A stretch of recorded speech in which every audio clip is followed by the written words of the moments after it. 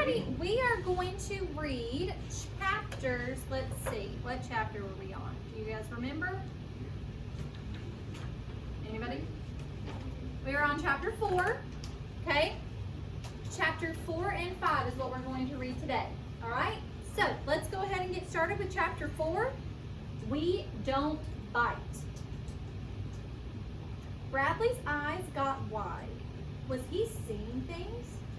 But why are your sneakers like these little ones? Bobby asked Miss Terry. I don't know, the teacher said. It's very curious. There are other green sneakers too, Bradley said. He told Miss Terry and the class about the ones they'd seen hanging from the tree branch. Only those were regular size. Well, I don't know what's going on, Miss Terry said, but I think someone is having some fun with this. But what about the stuff they took? Caitlin asked. And Mr. Beray's hamster, Brian added. That's not funny. I wish I had an answer, Miss Terry said. We'll just have to wait and see what happens next with the green lawn sneaker sneak. Miss Terry walked to the chalkboard. Take out your pencils, please. Then she wrote, class rules. We are polite, we don't fight, and we don't bite. It rhymes, Nate said. Cool. Who likes rhyming? Miss Terry asked. Most of the kids raised their hands. Good. I do too, she said. We're going to write every morning. Today, try to write a rhyming poem. It can be about anything, even our sneaker mystery. She passed out paper. Kids opened their desks and book bags and pencil boxes. Be as quiet as mice, Miss Terry whispered, and the class hunched over their desks and began writing. Bradley had never written a poem before. He stared at the boy in front of him. All he could think of was Goldie being stolen. How are you doing, second grade writers? Miss Terry suddenly asked. She swooped down the aisles like a pterodactyl. Bradley grabbed his pencil and wrote the first thing that popped into his head. Once I met a talking worm. His name was Sherm. Miss Terry's shadow fell on Bradley's paper. That's a nice beginning, she said. Capital O and capital I, please. Thank you, Miss Terry, Bradley mumbled, and he fixed the O and the I. After a while, Miss Terry had some of the kids read their poems. Then they practiced adding and subtracting. At noon, they all went to the school cafeteria for lunch. It was pretty noisy, so everyone ate fast, then went outside for recess. Bradley, Brian, Nate, and Lucy sat under a tree. Across the playground, they saw Miss Terry talking with a few other teachers. She was at least a foot taller than they were. Lucy sipped her milk. What if Miss Terry is the person who's taking stuff and leaving the tiny sneakers, she asked. There has to be a reason why the little sneakers look exactly like hers. And the ones in the tree, Nate said. None of it makes sense, Bradley said. I just want Goldie back. So what do we do? Brian asked.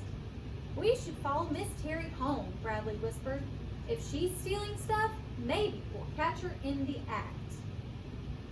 Chapter 5, Trailing the Teacher. A soccer ball shot past Bradley.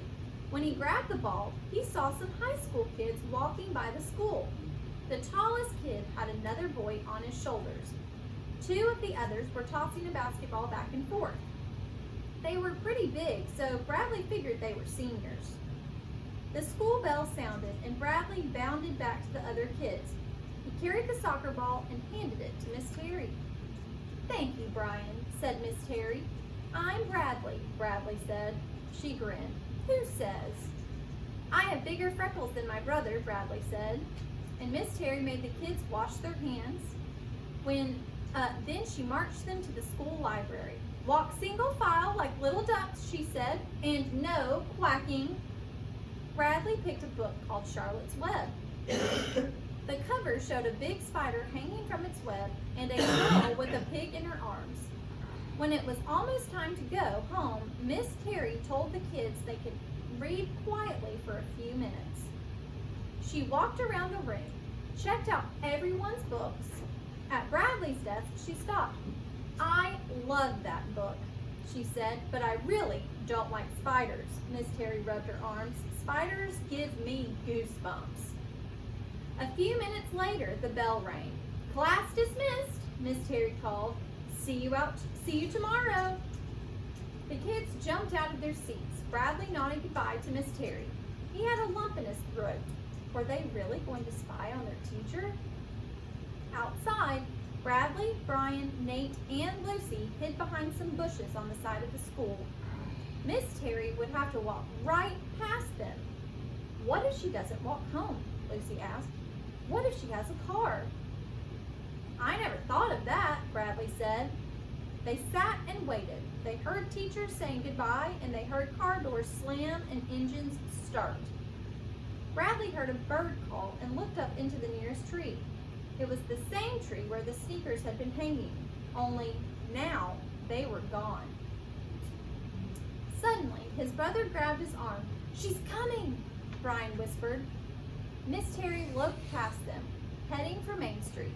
She carried a shopping bag with a picture of a kangaroo on the side. "She's walking," Bradley whispered. "I'll bet she carries the stuff she steals in that bag," Nate said. "Or maybe it's filled with tiny sneakers," Brian offered. All right, that's the end of chapter 5. Okay, we're going to be starting chapters 6 and 7 tomorrow. All right, so do we still think it might be Miss Terry, or do we think it might be somebody else? Miss Terry. Think Miss Terry? What do you think, Kens? Miss Terry. You think Miss Terry too? I guess we'll find out.